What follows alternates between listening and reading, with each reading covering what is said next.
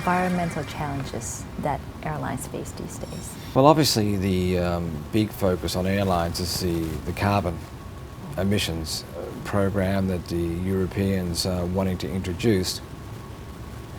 Aviation worldwide generates less than 2% of carbon emissions. We're in fact a highly regulated business. So in one way, our success means that we're an easy first stop for regulators because we produce reports, we produce the data, we have to from a safety perspective. My concern is that the European emission system could be deemed as anti-competitive because it's not global. And ICAO and IATA have been lobbying and working to achieve a form of global emissions program, but unfortunately the industry is not there yet. And I do consider that the European program could, from a competitive point of view, handicap not only Middle Eastern airlines but Asian airlines flying into Europe. I see. A lot of countries these days are trying to build high-speed trains. Now, for near destinations, 2 or 3 hours by airlines. Yeah. I think in the future people can travel by train as well. Is that a threat to airlines? Well, again, it depends on your network. If you see some of the European airlines, they have in fact cut back on their narrow bodies for that reason, because they see more high-speed rail services, common gauges. At the end of the day, if that makes sense and it means you deploy your asset elsewhere where you're going to get a better return with that aircraft, so be it. It doesn't make sense for, quite frankly, for a large aircraft to operate 30, 45 minutes. They were built for longer sectors. So, that's a dynamic that will be where you'll see change, region by region, city by city, based on the infrastructure. In the last few months in the UAE, there's been the announcement of a major rail link between Abu Dhabi, Dubai, and the regions of the United Arab Emirates. And that's fantastic because that means transportation is going to be accessible. It's going to ensure that there is fuel-efficient transportation. But don't forget what I said, 2% of the world's emissions are from aviation. There's a lot of other sectors, whether it be shipping, whether it be road transportation, busing, that aren't regulated at all. There is one sector that's regulated, commercial aviation. There's a whole range of other areas to be tackled. Do you think the world has enough airlines at the moment? Is the market saturated, full? Well, you've got economies that are opening up. If you look at the market in India, there are 40 airports today. There'll be 70 airports in 10 years' time. If you look at the development of aviation in China, secondary cities of 30 million people. Aspirations to travel, aspirations to go overseas, to visit other parts of the world. So again, the consumer decides who wins. I think what regulation will bring is that airlines will have to be focused on re-equipping, maintaining and operating fuel-efficient aircraft.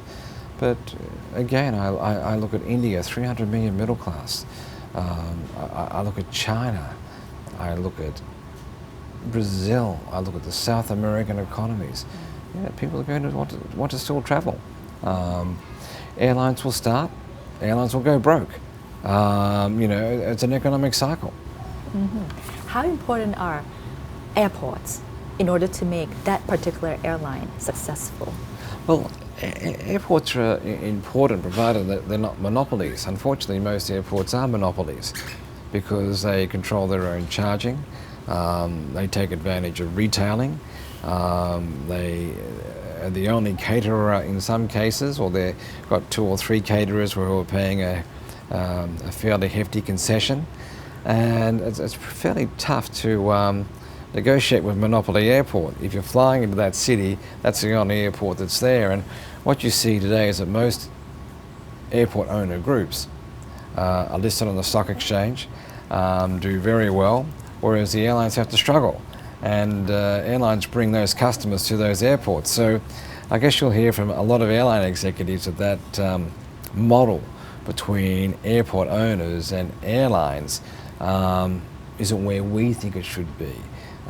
If you travel, as an operator, we'd like to see a nice seamless transfer through the airport, not zigzagging through duty free to get you to buy.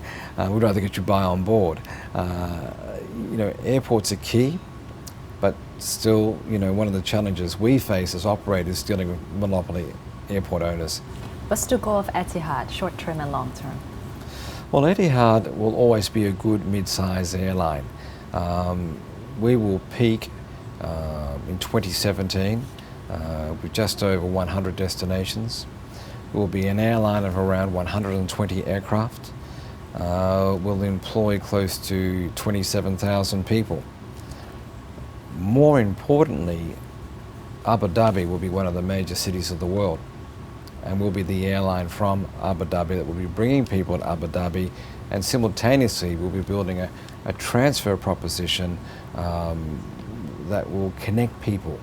And I believe when I look at our network out to 2030, our offering as secondary cities will be far greater than the legacy carriers. And that's what you're seeing with the new carriers, where we're going into secondary cities that, quite frankly, the European legacy carriers have withdrawn from.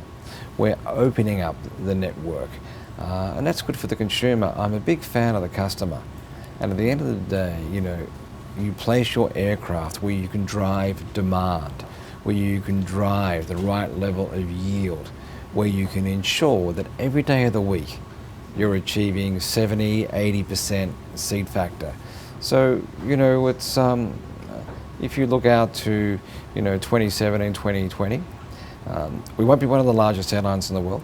We'll be best in class. We will be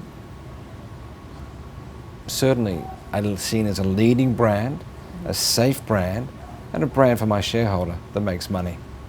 But for long term, you would want to be the biggest airline? No. No? I want to partner with other airlines. We all can't be the biggest. What we want to be is the smartest. And that's why you'll see in our strategy of partnering with 30 other airlines in codeshare. It's about building and stretching the network. We're not going to be one of the largest airlines in the world. We signed in 2008 a fleet order for 100 aircraft. But that was our first order. It's going to be our only major order for a long, long time, because that gives us the ability to grow out to 2030. So you won't see me in an air show again. So it's about working smart, right size, right shape, and partnering.